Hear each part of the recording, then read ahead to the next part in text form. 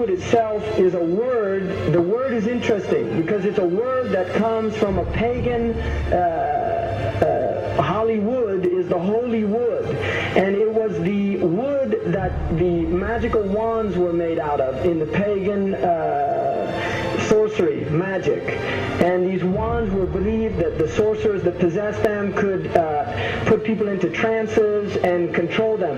This is part of, this is symbolic, but it's also important to understand that part of what Hollywood literally does is it puts people into trances. It's a dream state. They call it the dream machine in the United States.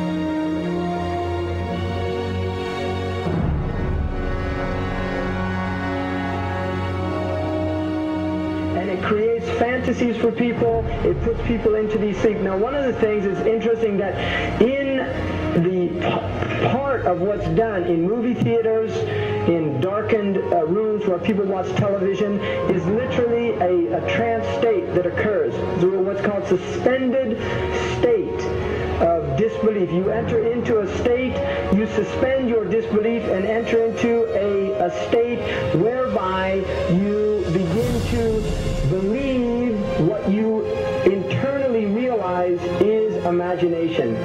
It's falsehood. Films are magic. It's just magic. You go and you watch these things and people get caught up in them. People cry during films, all this catharsis that takes place in these things. Many of the films, and this is an important element in the control mechanism, is literally allow people to go and have certain type of catharsis as a purging experience, which Aristotle talks about the necessary element. One of the necessary elements of tragedy is to create this cathartic experience. And this is why a lot of the films, especially also news and things like this is why news is very important in this culture. Everybody watches the news. They have this tragic, cathartic experience of watching the tragedies of others and then feeling safe and complacent in their own experience of this suspended state of illusory well-being. So these are very intricate and sophisticated methods. Now, I think it's dangerous, although there are elements that there's concerted efforts that take place, there's also a lot of people that have similar worldviews that aren't necessarily working together in concerted efforts.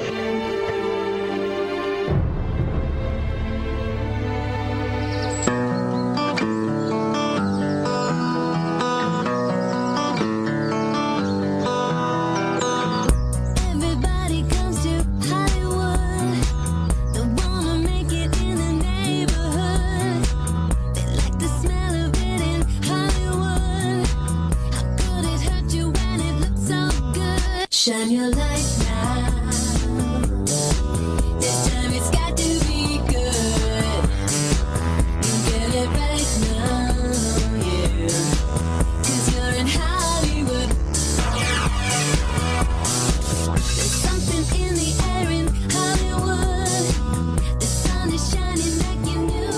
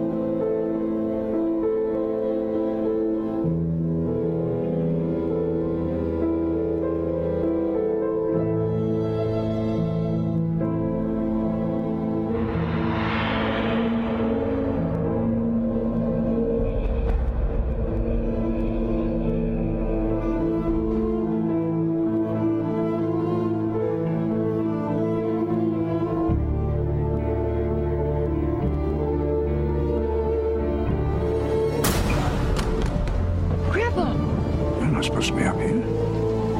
Looking at that? I just wanted to know. No. Well, you're old enough, I suppose. You should know the story. Okay, here we go.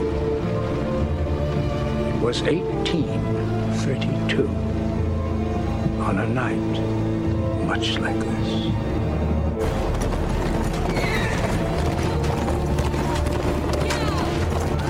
Charles Carroll was the last surviving signer of the Declaration of Independence. He was also a member of a secret society known as the Masons, and he knew he was dying. He woke up his stable boy in the middle of the night and ordered him to take him to the White House to see Andrew Jackson, because it was urgent that he speak to the president. Did he talk to him?